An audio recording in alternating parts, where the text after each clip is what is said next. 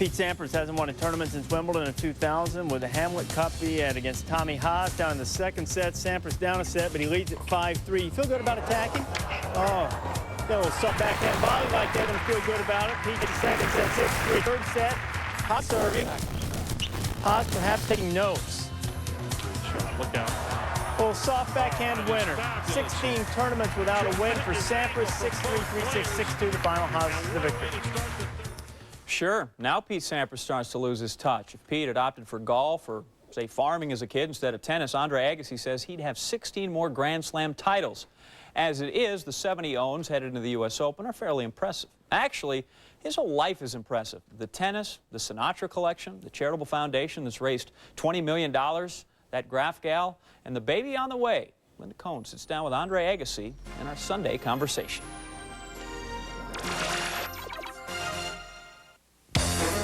Ladies and gentlemen, Andre Agassi. Express yourself. Express yourself. What has Steffi meant to you? What does she give you? What have you learned from her on and off the court? Well, how do you sum that up, you know? And this is, I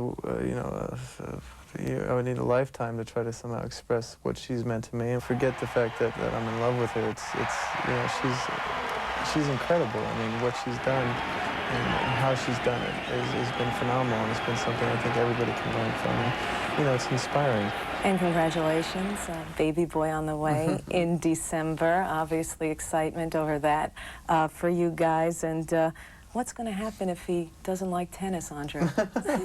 Well, I mean, you know, I think that'll be a lot easier than if he really does, because it's a long road, and there would certainly be a lot of expectation and pressure on the little guy for not asking for it. But I think it'll be easy to support his dreams. It's a stage of life I'm very much looking forward to. How would you help him through all that pressure and expectations put on him?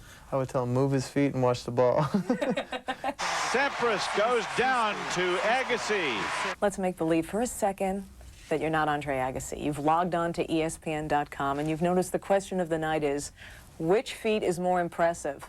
Pete Sampras, 13 Grand Slam titles, 7 of them on one surface, Wimbledon. Or Andre Agassi, one of just 5 players to win a career Grand Slam. Who would you vote for?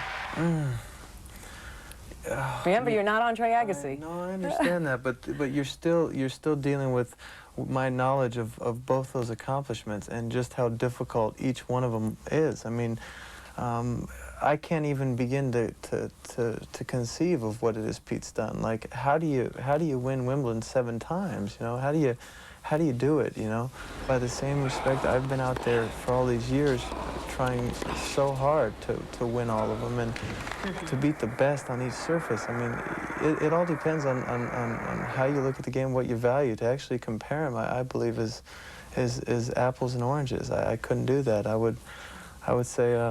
Well done to anybody that can do either of them. What do you equate a tennis match to? Perhaps another sport or perhaps something else? It's one-on-one. It's the first thing that comes to my mind is championship fighting, is boxing. You know, the actual, you know, the difference is when I have a bad day, I don't get killed. You know, it's like I get to come back the next day. You know, and I would say it's a lot closer to probably. Somebody that's been married 20 years, you know. Just you go through, I'm sure, a lot of ups and downs, and you have a lot of things that you regret and wish you didn't do, wish you didn't say, and other things that you just kind of thank God for that things went right. And you know, it's like but at the end you hopefully find a way. It's amazing when you think about it, but since 1973, the first time they had ATP rankings, there's never been someone over the age of 30 who's finished a season ranked #1. But you know what? If you win the U.S. Open, you've put yourself in a position to do that. Yeah, well, if has always been a big word, but when you attach it to winning the U.S. Open, it even becomes bigger. You know, it's like, to me, that's 7 matches, and I've won it before, but it feels like a lifetime away right now, the end of the tournament. It would mean a lot to me to finish the #1. It would mean more to me to win the U.S. Open.